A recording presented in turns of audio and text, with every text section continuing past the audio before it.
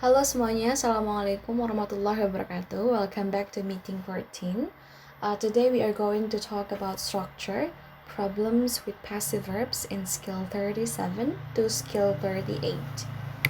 Sekarang kita lihat dulu di skill 34, kita akan membahas mengenai use the correct form of the passive.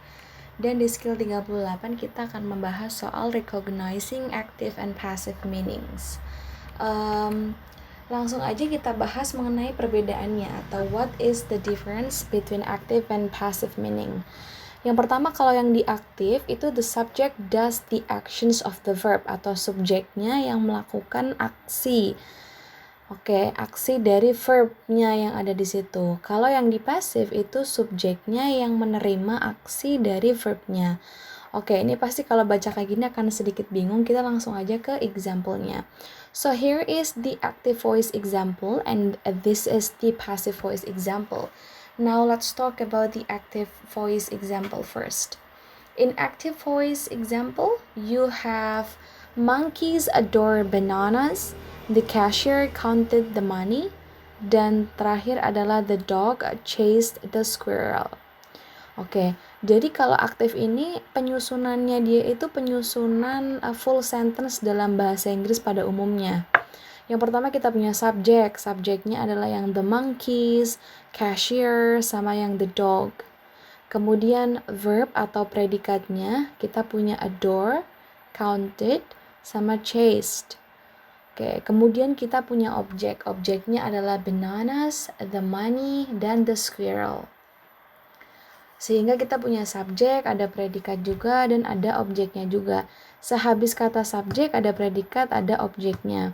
Kemudian ketika diartikan ke dalam bahasa Indonesia, artinya menjadi monyet-monyet itu sangat menyukai pisang atau menyukai pisang. Kemudian kasir itu menghitung uang. Anjing itu mengejar tupai. Ada kata menyukai, menghitung, mengejar. Semuanya ada kata yang mengandung me-nya di situ. Ketika mengandung me, berarti itu dinamakan dengan active voice. Oke, sementara kita lihat di bagian passive voice. These are the passive voice example. First, bananas are adored by monkeys. The money was counted by the cashier. The squirrel was chased by the dog. Oke, kita bandingkan yang di aktif. Monkeys adore bananas. Subjeknya adalah monkeys, bananasnya sebagai objek. Sementara yang di pasif, objeknya yang dipindah ditaruh di bagian depan. Bananas menjadi objeknya yang ditaruh di bagian depan. Tapi bananas yang ada di sini itu tetap menjadi subjek, walaupun dia diambil dari objek di bagian yang aktif ini. Kemudian ada are adored. Are adored adalah be ditambahkan dengan past participle atau verb 3, ditambahkan dengan by. Kemudian yang melakukan adalah si monkeys-nya. Makanya passive voice ini disebut dengan the subject, monkeys-nya, receive atau menerima actions of the verb atau aksi dari verbnya. Oke, ketika ditranslate ke bahasa Indonesia menjadi pisang-pisang itu disukai oleh monyet-monyet itu. Kalau yang aktif, monyet-monyet itu menyukai pisang. Di sini ada perbedaan kata me ketika kita akan mentranslatekan active voice, dan ada perbedaan di ketika kita mau mentranslatekan passive voice. Kita lihat contoh berikutnya. The money was counted by the cashier. Money was counted by the cashier. Berarti uangnya dihitung oleh kasir. Kalau yang di pasif, kalau yang di aktif, kasirnya menghitung uang.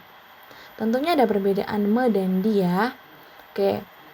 Next, the squirrel was chased by the dog. Tupai-tupai itu dikejar oleh anjing. Ada kata dikejar. Kalau di sini chased artinya mengejar. Jadi di sini ada me ketika ditranslatekan di bagian active voice. Kalau yang di passive voice itu ditranslatekan menjadi di. Oke, tentunya pada saat membuat formula atau rumusnya pun berbeda. Kalau yang di active voice itu ada subjek ditambahkan dengan verb ditambahkan dengan objek. Verbnya itu bisa berupa lexical verb, kemudian bisa juga berupa has or have, do or does, dan lain sebagainya. Nanti kita akan lihat, karena masing-masing tenses itu dia punya active dan passive voicesnya. Jadi artinya kita harus hafal banget tenses untuk bisa membuat itu jadi pasif. Atau ketika kita punya kalimat pasif, kita bisa mengubah itu menjadi aktif apabila kita tahu tensesnya. Oke. Sehingga di passive voice ini rumusnya adalah subjek ditambahkan dengan be ditambahkan dengan past participle. Oke, atau subjek ditambahkan dengan, kalau be-nya di sini di contoh yang saya kasih adalah are, was, dan was. Nanti akan ada be yang lain lagi. Kemudian verb 3-nya adalah adored, accounted, sama chased. Oke, kebetulan verb 3 untuk counted dan chased itu sama dengan verb 2-nya. Penulisan dan cara pengucapannya pun sama ya. Ini kebetulan aja. Ada yang beda. Nanti akan ada yang beda. Kayak drink, drank, drunk itu nanti beda verb 1, verb 2, dan verb 3. Eat, ate, eaten juga nanti akan berbeda antara verb 1, verb 2, dan verb 3-nya. Oke, langsung saja kita lihat rumus passive voice dari masing-masing tenses. Ini ada banyak sekali ya, nanti silahkan teman-teman coba baca dan pahami satu-satu. Tapi yang mau saya sampaikan adalah contoh yang ada di kedua contoh ini. Tadi monkeys adore bananas adalah contoh present. The cashier counted itu past tense.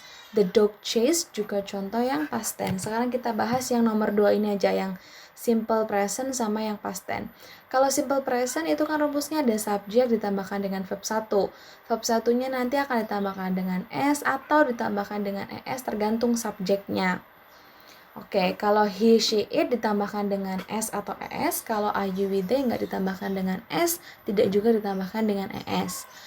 Kalau di simple past tense itu rumusnya ada subjek ditambahkan dengan verb kedua atau verb past ya, atau verb yang lampau. Contohnya kalau eat jadi ate, berarti verb 2-nya di sini nanti jadi ate begitu ya. Ini adalah rumus aktifnya. Ketika ingin merubah menjadi passive voice, tentunya rumusnya juga ikut berubah. Kita lihat kalau simple present tense yang berbentuk aktif, pasifnya itu be-nya diganti is, am, dan are. Kemudian yang di belakangnya itu plus verb 3. Kalau passive voice itu pasti belakangnya verb 3. Teman-teman bisa lihat dari kotakan atas sampai kotakan yang di bawah semuanya verb 3. Oke, kalau simple past tense itu kan subjek ditambahkan dengan verb 2 atau past verb. Sehingga passive voice-nya, be-nya itu dirubah menjadi was atau were. Was itu digunakan untuk he, she, it. Were itu digunakan untuk I, you, we, dan they. Ditambahkan juga dengan verb 3. Kalau kita bahas satu-satu, ini pasti pembelajarannya akan sampai 1 jam lebih gitu ya. Silakan teman-teman baca aja yang ada di sini. Semua yang saya tulis di sini tuh semuanya sudah sangat jelas. Termasuk dengan yang di passive voice juga rumusnya juga sangat jelas. Oke, yang penting yang perlu diingat adalah aktif itu berarti ketika kita artikan itu ada kata menya. Atau misal saya menyapu, atau bisa saya nyapu gitu juga boleh. Ketika kayak gitu berarti kalimat itu aktif. Kalau yang pasif itu berarti contohnya saya menyapu lantai, itu aktif. Pasifnya menjadi lantai itu disapu saya. Sehingga kalau pasif itu ada kata di-nya. Oke. Kita lihat yang dimaksud dengan be. Tadi kan di bagian depan saya menyampaikan ya bahwa di sini rumusnya subjek ditambahkan dengan be ditambahkan dengan the past participle atau verb 3. Be ini tuh maksudnya apa aja sih? Nah, di sini kan udah ada nih contohnya. Is, am, are, was, were, being. Ada been, ada been, ada be, ada be, dan ada be. Nah, di sini semuanya sudah dijelaskan, tapi saya kepengin yang lebih jelas lagi sehingga ini adalah rangkumannya. Kalau yang ada di present, itu yang dimaksud dengan be-nya adalah is, am, are. Kalau yang past, itu be-nya adalah was atau were. Kalau infinitive, itu be-nya berarti menjadi be ya. Kalau ing form atau ing gitu, berarti be-nya menjadi being. Kalau yang past participle, past participle berarti yang dimaksud dengan be-nya adalah been. Ini semuanya ya di sini ya. Kalau teman-teman bingung baca contoh yang ini, silahkan baca aja yang di sini. Ini sebenarnya lebih ringkas. Kalau yang di sini tuh nama tensesnya, di sini adalah passive voice-nya. Makanya kalau orang mau mengerjakan passive voice, itu memang harus udah hafal tenses ya.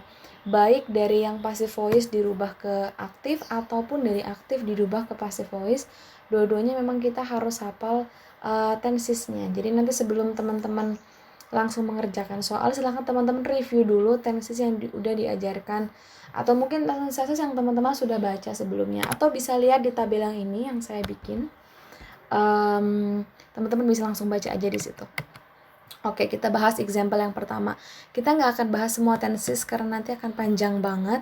Saya hari ini akan ngebahas yang pertama adalah example yang the simple present tense atau present tense.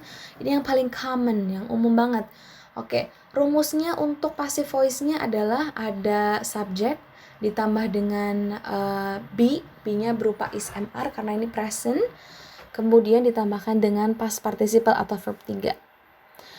Kalimat aktifnya contohnya adalah someone drives the car every day. Kalau mau membuat pasif, itu objeknya akan menjadi subjek. Objeknya adalah the car. Karena masuk ke pasif, objek ini berubah menjadi subjek. Berarti menjadi the car is driven every day. The car adalah subjek, is adalah be-nya, the past participle-nya itu adalah driven. Kalau mau ditambahkan juga boleh. The car is driven by someone every day gitu juga boleh, atau by me every day juga boleh. Tergantung aktifnya nanti bagaimana gitu. Kalau contoh seperti ini juga benar, ditambahkan dengan by juga benar-benar aja. Yang penting ketika ditranslatekan aktif dan pasifnya itu jelas maknanya. Kita lihat contoh yang berikutnya. Kalau yang di passive question, is the car driven every day? Ini passive question ya, ingat-ingat ya. Passive question berarti bentuk pertanyaan yang berupa pasif. Is the car driven every day? Kemudian di sini ada pasif negatif. Pasif negatifnya berarti menjadi the car is not driven every day. Jadi aktif ini adalah kalimat pertamanya dirubah menjadi pasif akan berbentuk seperti ini, dirubah menjadi passive question akan berubah menjadi seperti ini. Kalau dirubah menjadi pasif yang negatif, kalau ini kan pasif yang positif nih. Kalau yang pasif negatif akan menjadi seperti ini. Jadi nanti silakan teman-teman ikuti aja cara perubahannya. Di sini juga sudah ada di bold mana aja yang nanti berubah. Nah, untuk yang rumus yang ini, subjek ditambahkan dengan be ditambahkan dengan past participle, ini adalah rumus aktifnya atau ini adalah rumus pasif yang positif. Ini yang hanya positif. Ini rumus yang passive question sama passive negatif belum ada di situ. Teman-teman nanti bisa cari sendiri di sini rumusnya berbentuk seperti apa. Next, kita punya example yang kedua atau contoh yang kedua, yaitu the simple past tense. Untuk simple past tense, aktifnya berbunyi someone drove the car. Drove adalah verb 2. Kalau akan dirubah menjadi passive sentence atau passive voice, rumusnya adalah subject ditambahkan dengan be, be-nya adalah was atau were, ditambahkan dengan verb 3 atau past participle. Contoh pasif yang positif adalah the car was driven atau mobilnya dikendarai.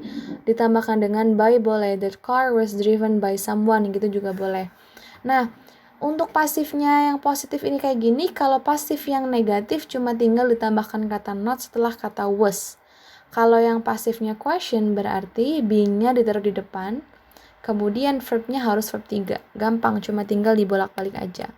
Next, we have contoh yang ketiga adalah simple future tense. Kalau future berarti harus ada kata will ditambah dengan kata be. Kita punya kalimat aktifnya someone will drive the car, atau seseorang akan mengendarai mobil itu. Ketika aktif ini mau dirubah ke passive voice yang positif, berbunyi ada subjek, ada will ditambahkan dengan be, ditambahkan dengan verb 3. Berarti menjadi subjeknya adalah the car, will-nya ditulis will, be-nya ditulis be, the past participle adalah verb 3-nya. The car will be driven. Untuk pasif ini kan pasif yang positif. Pasif yang negatif cuma tinggal ditambahkan dengan kata not aja di sini ya. Kemudian ada passive question. Passive question ini nanti berubah berarti dari will-nya ditaruh di bagian depan, verb-nya menjadi verb 3 di sini. Nah, selain teman-teman juga harus menghafalkan tenses, teman-teman juga harus make sure kalau teman-teman ngerti verb 3-nya. Oke, verb 3 dari suatu verb-nya gitu. Ada verb 1, ada verb 2, ada verb 3-nya. Jadi teman-teman memang harus paham banget. Supaya nanti ketika mentranslate nggak salah. Karena kita nggak ngerti soal yang dari TOEFL itu bentuknya verb-nya kayak apa aja. So, thank you for today's meeting. Silahkan teman-teman kerjakan untuk bagian yang kuisnya.